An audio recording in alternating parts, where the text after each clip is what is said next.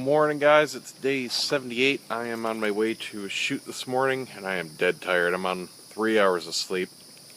So my first stop is going to be 7-Eleven for a Monster. Gotta pack my stuff in the car here. This morning's shoot is for a senior magazine, doing a full-page portrait of a senior that they're doing a profile on. So I've got a rather unique setup. I've got a shot in my head. I know exactly what they want, but I'm going to try to do a little bit of a cool, edgier look. Give them kind of a choice here. I'll show you the setup when I get it all done.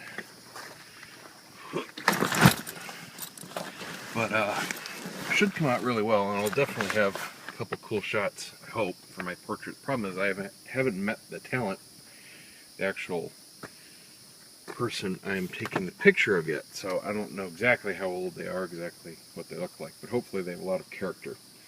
So I've got all my gear, I've got all my light stands, modifiers, got 3 heads, power and distribution, just in case there isn't any outlet power available where I'll be setting up, which I also haven't seen yet, but I'm going to get there half an hour early, make sure I'm all set up and ready to go, so when they are ready to shoot, they can just roll in, sit down, and we can get them going as soon as possible.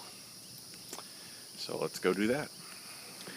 Well, I just finished up, and it went very well. The gentleman's name was Percy, and he was extremely photogenic and very nice. I got a basic 3-light setup here. I used 2 Alien B800s with 30-degree grids for back and side light on him. He had a hover-round that replaced this chair. This was just for staging. And then my large gridded soft light here for the key. And the environmental was very dim. I set up this background here. It was a torso-up headshot. So I just had basically this framing right there around him. So I'll show you a couple of the pics here, how they came out.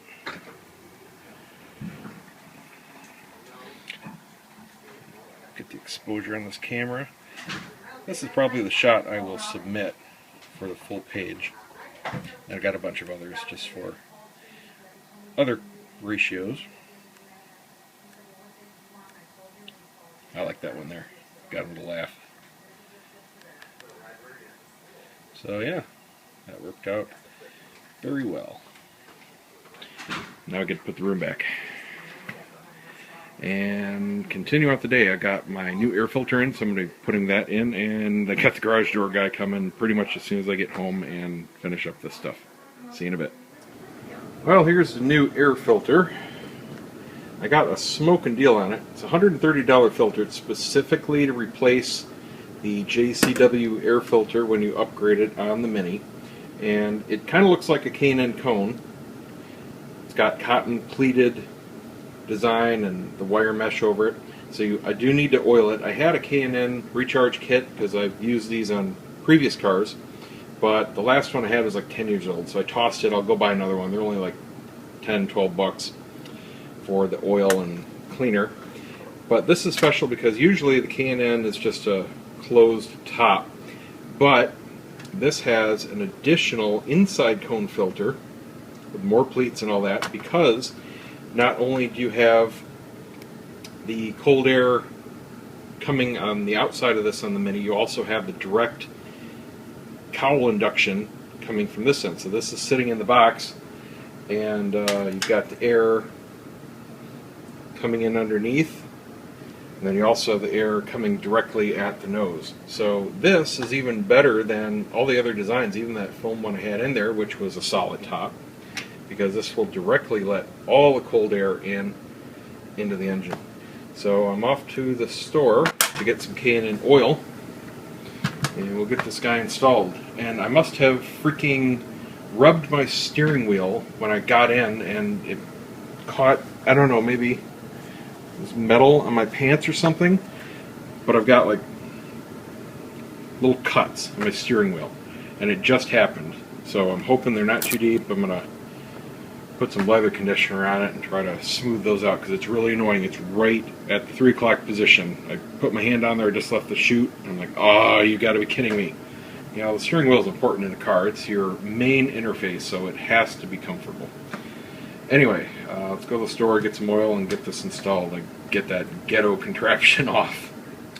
Before I go to the store, I wanted to dump and back up my card and show you how I did the shot progression. This was a very easy setup as long as you have an idea in your head of what you want to do. What I did was first set up the scene and set up my lights in the rough position. And I've done this enough where, you know, that takes me 10-15 minutes.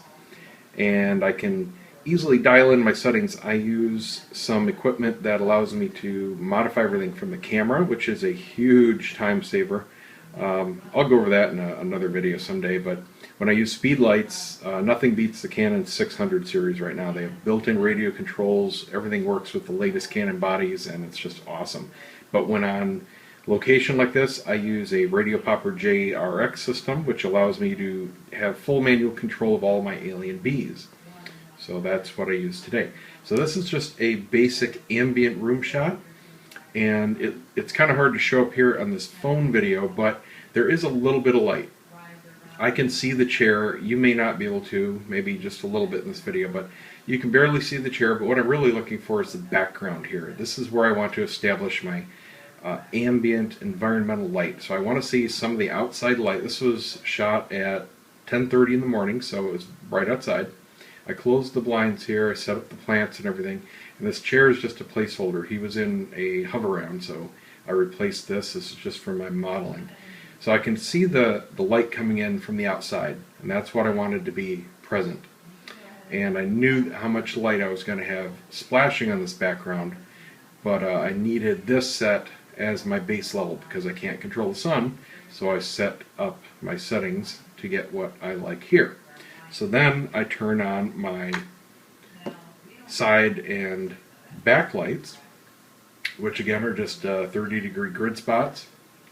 And these are really to give accents on the side of a face and hair, especially on male models. For female models, you may want to dial this way down. But this can accentuate character lines and skin tones and textures and all that cool stuff that I wanted to bring out. So I dialed in my levels here, and this took 2 shots. Literally, this is my second shot. And yeah, that's really all there is to it. Then I turn on my main light, and again, this was first try. This was the correct exposure that I wanted, and you can see that I've got it feathered a bit, so I am lighting a little bit on the background, but it's about 2 stops less than what my subject will be lit. And I've got this camera left, which is my preferred portrait location for a light in most cases. I'm of the traditional thought where, you know, you read left to right, the brain likes left to right. I always light, when I can, left to right. It just looks more natural in my mind. Of course, it's not a hard and fast rule. Sometimes I do it from the right, but, you know, when I have the choice, I do left to right. It just looks better in my head. It's subconscious. And you can see that the background here is still good. I can still see the individual light slats coming in from the sun outside, but the actual background is not in the forefront. And then all I have to do once I get this dialed in is say, hey, I am ready for you, sir. Come on and sit down.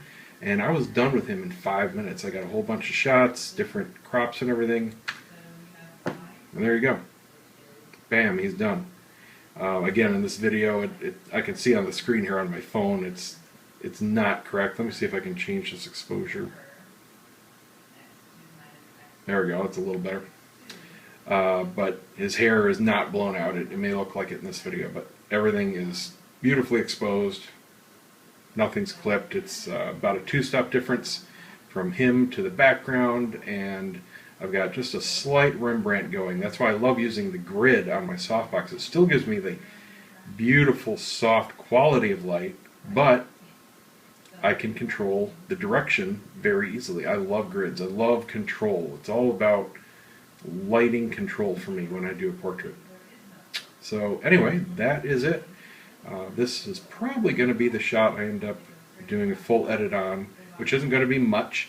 With elderly subjects, obviously I'm not running any kind of skin retouching algorithms or doing much work at all, but I'll just do basic exposure, and really this is 99% done right in camera. I mean, that's not bragging, it's just true. So that's it. Now I can go to the store. Well, I was getting ready to leave. I got a call, and my garage door guy had a cancellation, so he came early. And I've got the install scheduled for tomorrow morning, $948 freaking dollars. Everything was out of code. They have to upgrade the 2x6 studs. Those are out of hurricane code. The new door is impact rated 140 miles an hour. Tracks need to be replaced. Those are out of code. My trim was good. That was relatively new, so I saved money there. But yeah, it'll be an all new door, all new system. It was ready to pretty much fall on the cars at this point. The second row has started to crack in half also. First is split down already. I've got that cross beam. That's the only thing holding it together so I can shut the door. But we lifted it up and it was just bowed right down in the middle. And a few more days would have been crushing the cars. So, yay. Anyway, new springs, new everything. Opener's already new, so that's going to be reused. Fun. You can see here how much of a split I've got. Here's the top section, it's cut in half. And now the second one is even breached. And if you look down it, it's dipping pretty bad. The guy said, yeah, you got a few days before it lands on your cars. So it's kind of a good thing it happened when it did and caught it in time. Anyway, I got my K&N recharge kit here, so I've got a fresh can of oil. So let's go ahead and oil this up and put it on the car. So, off with the Ghetto Fabulous filter. I guess I got my $18 worth out of that for the week. Oh, that's nice tape residue. Yuck. I'll clean that off with some oil. And I got some foam tape that I've super glued onto the housing here. Doesn't look pretty, but you won't see it, and it's going to function better than the original. This is not going to deteriorate. The reason I glued it is because with the heat and everything, the adhesive back would never have held. So now, get to take our new filter, which I've oiled, and it is going to go, oh, on the wrong side, yeah. Flip this over here. It is going to go on the inside, right here, and it's got a metal clamp, so I don't need the end bracket. The old kind was just a pressure fit and then had a screw to hold it on here, but this clamp holds it on securely. So I'll go ahead and do that. I need 2 hands for that, obviously. Stand by. You getting a bath fully there? What's going on? Oh, shit. Don't do that. What are you doing? Don't do that.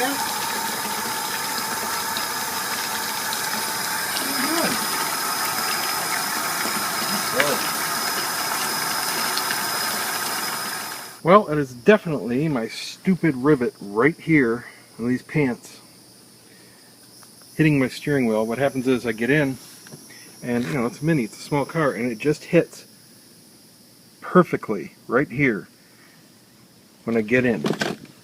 I got to be really careful wearing these jeans or any others with these rivets now, because I just did it again on this side of the wheel. So I conditioned the whole thing now. Really annoying. Luckily it didn't cut all the way through, but it made these serrated cuts as it kind of skips down as I slide in. Really pisses me off. And got this all buttoned up. Got the new filter in place, new foam in place, electrical reconnected, screws in, vacuum line connected, intake rebolted. I'll clean this up later. I gotta wash the whole thing anyway. My wife had bugs all over her car, and with the garage door like it is, I've had my car outside because I have to manually open it and close it. It's kind of a pain in the butt from the outside. So she's got her car inside. She pulled it out, washed it all off, and dirtied mine all up. Mine was spotless, and now I've got water spots everywhere and all on the glass, windshield. Yeah, now I need to wash my car. Of course, I got bird crap because I parked under my tree. That's new this morning. All right, well, car project done for now at least. I need to do an oil change real soon. I'll have to run down to the dealer and get an oil change kit. Unfortunately, I can't just go to AutoZone because the filter on the BMW engines are BMW only. But it's not a bad deal. They actually have a really good deal on the whole kit if you get it from the Mini dealer. It works out to like $4 a quart, and that's using the full synthetic, so no complaints there. Alright. I